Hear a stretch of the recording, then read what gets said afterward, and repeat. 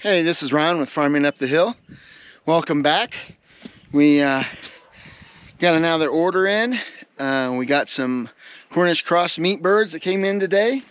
Small order, just 25 of them.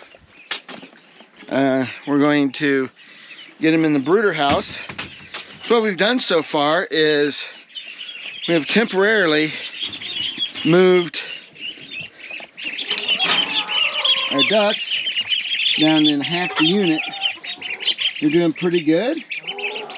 So we set them up down here with a heat lamp. We got this one here that we set up for the new baby chicks. When you first get chicks and stuff in, I might have said this already before, but I guess I'll repeat myself. You want to hold food away from them for about the first hour or two. So we got plenty of water in here. They're going to be in here. They're going to have a heat lamp down here to keep them at the 90 degrees.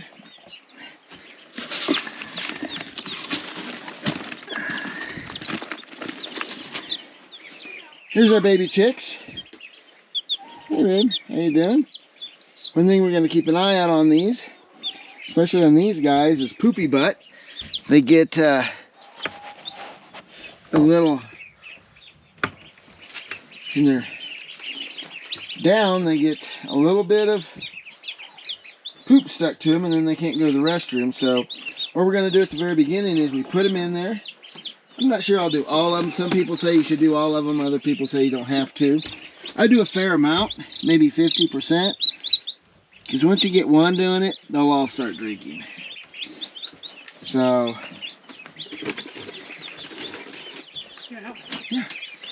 yeah. So let's get these guys in here and then we'll go from there. Hey, get him. Alright. Okay, now. Fair amount of these guys dipped into the water so they know where the water is. And the rest of them will follow.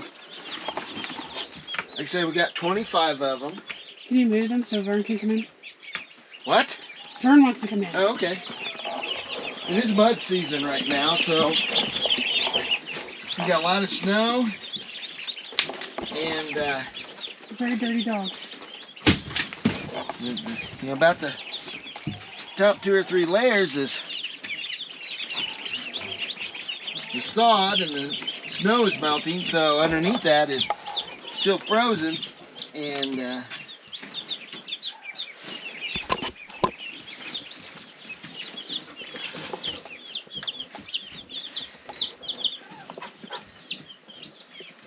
like I said, we'll wait the first few hours before we give them food.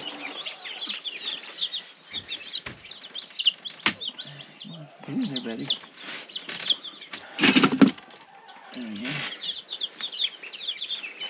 That's really what you kind of worry about is dehydration. They eat all the stuff in the egg before they come out of the hatching, and so they got plenty of protein.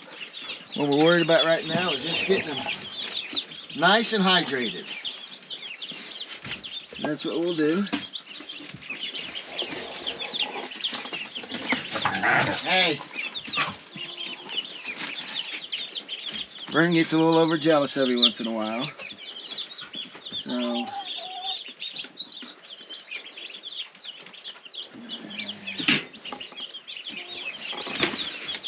these hatched about 2 days ago.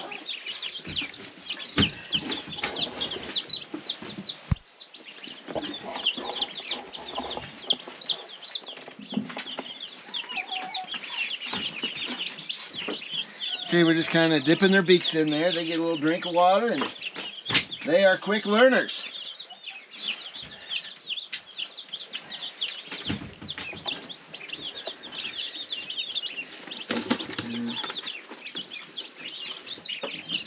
Alrighty.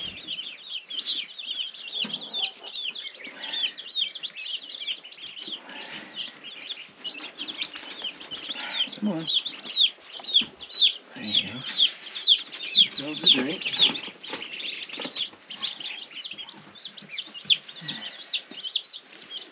Oops, easy, buddy. And they guarantee these to stay alive for a few days. So we can call the hatchery if we have any deaths. And they'll take care of us. So we'll let these guys go. Looks like we're still about 80 degrees in the brooder house. So we'll come back in an hour or so. We'll give them food. Hi, Vern. And we'll turn the lights on. That's how high the snow still is out there. Yeah, the snow's still really high. So as you go on, you're always learning something new. When you think you have something down pretty good, Mother Nature throws you for a little bit of a tailspin. We make our hoop houses. Our hoop houses are about 8 feet wide and about 8 feet tall with a 16-foot hoop house. Now generally, up here in the mountains, the snow is powder. So it blows around, it really doesn't stick to much. But this last big snowstorm we had, couldn't ask for a better snowman or snowball fighting contest. Snow, extremely wet, extremely heavy. So, with that being said, this particular house here is 24 feet long instead of 16, what we normally do. And you can see where it kind of failed in the center. When the snow was on it, it was like almost all the way down. I couldn't hardly walk inside. So we're gonna have to go in there and we'll put a couple supports that'll go up to the top and across the center. So if we ever get another snow like that, it will support it and allow it to come off the top of the house. It won't crush it. The other thing that we're gonna start doing, we learned real quick, is that instead of doing an 8 foot wide, 2 foot sides before the hoop house panels go on, we're gonna expand that so it's 10 foot wide. We're gonna build the sides up between 48 to 60 inches and then put the hoops. We gotta do that because we're gonna expand in the hoops farther apart to give us a little more room in there. We can handle more animals inside of it. And then we'll put that same support down the center so then it can't collapse. Or not as easy at least. We hope it doesn't collapse, that's the plan. But that gives it a little more room to maneuver. This we'll keep them the way we have them now, but anything moving forward, we will continue to build the new way, and we'll just leave the ones as is until their life expectancy ends. These are temporary. We use screws, stuff we could take these apart when need be. So when the wood rots and it's no longer any good, because we know we want to go to Hoop House 2.0, we can undo the cattle panels, we can reuse those, we can reuse the doors if they're still in good shape, which we hope they are. And then the rest of it we'll tear down and dispose of properly. Then we'll build the new one to the proper specs that we're using it for. Some of these, the brooder house that we were just in, it stays permanent. It has a bottom so animals, mice, rats, whatever, can't dig underneath and get inside of it. I'd like to get that on concrete eventually, something a little more stable and harder for rodents to get in there. Some of these are actually on wheels and we move them around. If you go back and watch one on the duck house, who had moved it around and had chickens with him at one point, you can actually see how we move them around. And we'll have more of those because, like I said, we want to put them on fresh grass, let them have bugs, try to keep them as of a natural life as they would normally have. Generally, just in winter, we try to contain them a little bit more. But in the summertime, we want to be able to get them out and about. The meat birds go in a smaller version of the Joel Salatin box. Ours are only 4x8 because we only put 25 birds in them at a time. We do Cornish cross. We're going to try a different bird this year. When they come in, we'll kind of go over those. The nice thing about Cornish cross is they generally will become a full-size bird in about 8 weeks. The downside to where we're at, being so high up in the altitude, they don't really recommend this Cornish cross to live above 6,000 feet. So we're 3,500 feet higher than what they're anticipating, and they don't really like me to buy them. But we have figured out a way to be able to raise Cornish cross, it normally takes 12 weeks to slaughter time. We have to slow them down, but Go back and say 12 weeks to freezer camp. okay. So it generally takes 8 weeks for them to get to proper weight. Up here, we've spread it out to 12 weeks before we take them to freezer camp. And we haven't lost any to really speak of. 1 or 2 last year. Just kind of keep an eye on Vern. He's wandering off a little bit. He likes to run around. We have a lot of antelope and things of that nature. He likes to smell. So anyway, so we slow him down. It takes a little longer. We're not really spending any more on food because we're cutting the food back. We're cutting the protein down. You know, the first week or so, we're giving them the high protein, everything they want, and then we start cutting it back. We got a regiment on where we can do that. Why we raise them? Because everybody likes the white meat. Cornish cross is notorious for a lot of white meat and not as much dark meat. So that's the birds everybody likes. We're gonna try another one that's similar. That's supposed to do a little better up here, but through trial and error, we have come up with a pretty good plan on how to raise Cornish cross up here. So we'll continue on doing that. There's going to be a lot of stuff coming in this year, a lot of stuff being built. We got a lot of new equipment coming in. Like I say, up here, Mother Nature could really test your ability to do things. So as winter goes on with us, and even though now it is actually spring, the driveway gets pretty nasty. We get in here, it's mud season. You know, we got a ton of snow just about a week ago. We got, I think it was like close to 2 feet of snow, and then with 24 or 42 inch to 48 inch drifts. And this is what happens when the top 3 or 4 inches of the dirt or mud is not frozen, but underneath it is still frozen. So we get puddles and big ruts like this, so you can see, and the puddling that goes on with it. And this is throughout the driveway. It just becomes thick, nasty, sticks to everything mud. You know, your tires get full of it quickly. It's actually pretty darn slick. So this is pretty much what we do. We just got to keep working it.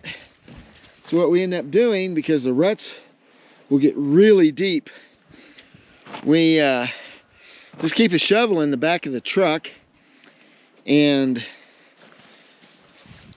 periodically we'll stop. Depends on what's going on, and just kind of knock the ruts down a little bit. We'll just shove the dirt back in the hole in the morning when we're going on, because you know it's still getting down to 0 or close to it at night. When the sun goes down, the ground's frozen. So when I get up to go out and feed the animals in the morning, before the sun comes up, right as the sun comes up, this is all frozen. This is ice. You know, these ridges that are just gush, that'll be completely frozen, and I just drive right over it. Then as the day goes on, it melts it. We get more snow melt, because as you can see, we have plenty of snow still out here. And we're expecting to get some more in a few days. About 3 inches is all they're calling for, hopefully. But as you can kind of see, it runs in patches. Where the low spots are, it all depends on how much snow and above it is. As you can see kind of up there where it looks dry, it is dry. It's solid. It actually would produce dust when I drive over it, which is kind of crazy. I go through mud like heck, and then I'm kicking dust up. Hey Vern, come here buddy. Vern loves it. Unfortunately for us, keeping him clean, because he does stay in the house with us, is quite the challenge. And we have to block the entrance, the mud room, and then we have to just wipe him down real good. We clean him up.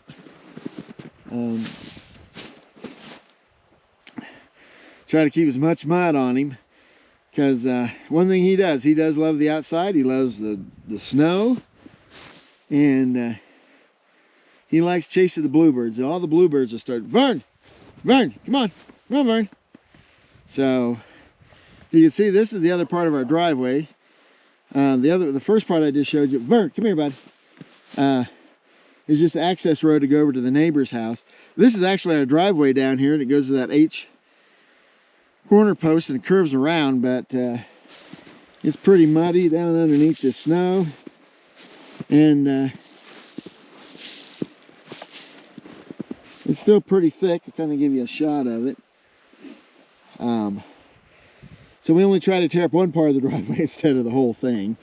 Like I said, one thing we've learned, when you think you've done enough studying and talked to people, you learn real quick that there's a lot to be said, that for living it, and you're here and you're seeing what you got to do, and you want to get the tools.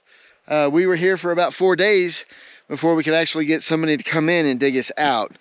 You know, I couldn't walk in this area. It was up to my thighs. There was no way to get a vehicle in or out of here. So we just want to be able to handle it, because we want to make sure in case there's an emergency. Our driveway is 3/4 of a mile long, and that's just to get out to another dirt road. But our physical driveway is that long for where we have to put the house, because you know, you have an option of either putting it on the side of a hill and digging in, or pyloning into it, and those hilltops are basically solid rock. I mean, it'd be blasting. Or you could find a spot that's a little more level, down a little lower, and has a wonderful view. And when we bought this property, the well was already here, so we ended up putting it where we wanted it. But you just have to adjust to everything, and that's what we need to do. We just got to keep adjusting. So we've learned some new stuff. It's been according to the news, was a really big storm. I hadn't had one for 40-50 years this deep and this heavy wet. So it's not like it happens every year, but you got to prepare for the worst out here the best you can. You know, we carry normally 10 5-gallon cans of gas. We buy food for, basically we have over a month's worth of food in the house almost at all times, because you just never know. You got to be prepared, and that's what we're trying to do, is just always be prepared. You know, we always carry wood. We have, you know, about 2.5, 3 cords of wood left with a wood burner in there, so if something happens. That's really pretty. So we I don't know if you can see this, but it's a lot of rolling hills in this area. As you can see, we don't have a lot of trees. This thing that's a bush, they actually classify as a tree. I've seen one bigger. It does kind of look like a tree when it gets really big, but right now to me it's just a big old bush. And you kind of see up there, just gorgeous. See up there on the hillside, I don't know if you can see it very well, but you can see where the pine trees are versus the aspens. So, and then you can kind of see our sun's not down yet, but I don't know if you can see it, the moon is right there. Up here we get sunrise and sunset times, and we get moonrise and moonset times, because sometimes it'll be in the middle of the day. Huh? Ron's over there begging to play. Yeah, that it's very interesting. You don't really want to say when the moon's up it's time to go to bed, because the moon's up and it's still plenty light here, and it's not very late. So it is so different at this height up in the Rocky Mountains than it is even on the Front Range, where they're only about 5,000 feet. Absolutely wonderful. Please like and subscribe this. Give us a thumbs up. Share it with as many people as you can. It really helps the channel out. I can't wait to really get the channel growing and really show you the experience of living up this high and all the extremes that happen up here and why we love it so much up here. So thank you. Have a good day.